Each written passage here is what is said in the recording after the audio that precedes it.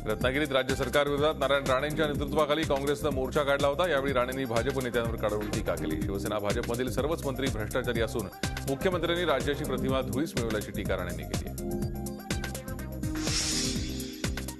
शेतकरी देशोधडीला लागला असताना दुसरीकडे उद्योगपतींना फायदा पोहोचवला जात असल्याचा आरोप नागपुरातल्या स्थानिक काँग्रेस नेत्यांनी केला। जिल्हाधिकारी कार्यालयासमोर काँग्रेस नेत्यांनी आज निदर्शनं केली। शेतकऱ्यांचं कर्ज पूर्णपणे माफ करा या मागणीसाठी काँग्रेस आक्रमक झाली। अमरावतीत जिल्हा कचेरीवर मोर्चा काढून शेतकऱ्यांचा 7/12 कोरा करण्याची मागणी करण्यात आली। संपूर्ण कर्जमाफीची मागणी माजी मंत्री वसंत पुरके यांनी केली आहे।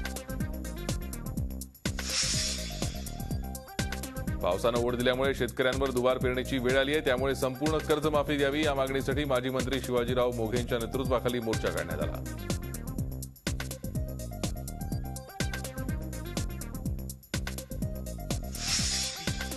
नंदुरबारमध्ये काँग्रेसने युती सरकारची प्रतिकात्मक अंत्ययात्रा काढली। मोर्चा सुरू झाल्यानंतर काही मिनिटातच पोलिसांनी प्रतिकात्मक तिरडी ताब्यात घेतली। यावेळी पोलीस आणि काँग्रेस कार्यकर्त्यांमध्ये शाब्दिक चकमकही उडाली।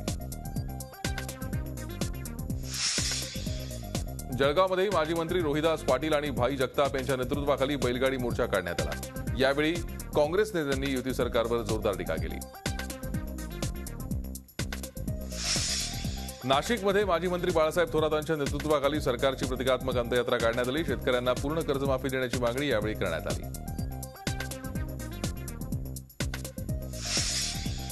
साताऱ्यात माजी मुख्यमंत्री पृथ्वीराज चव्हाणांच्या नेतृत्वाखाली जिल्हाधिकारी कार्यालयावरती मोर्चा काढण्यात आला। दुष्काळामुळे अडचणीत आलेल्या शेतकऱ्यांना कर्जमाफी द्यावी अशी मागणी यावेळी करण्यात आली।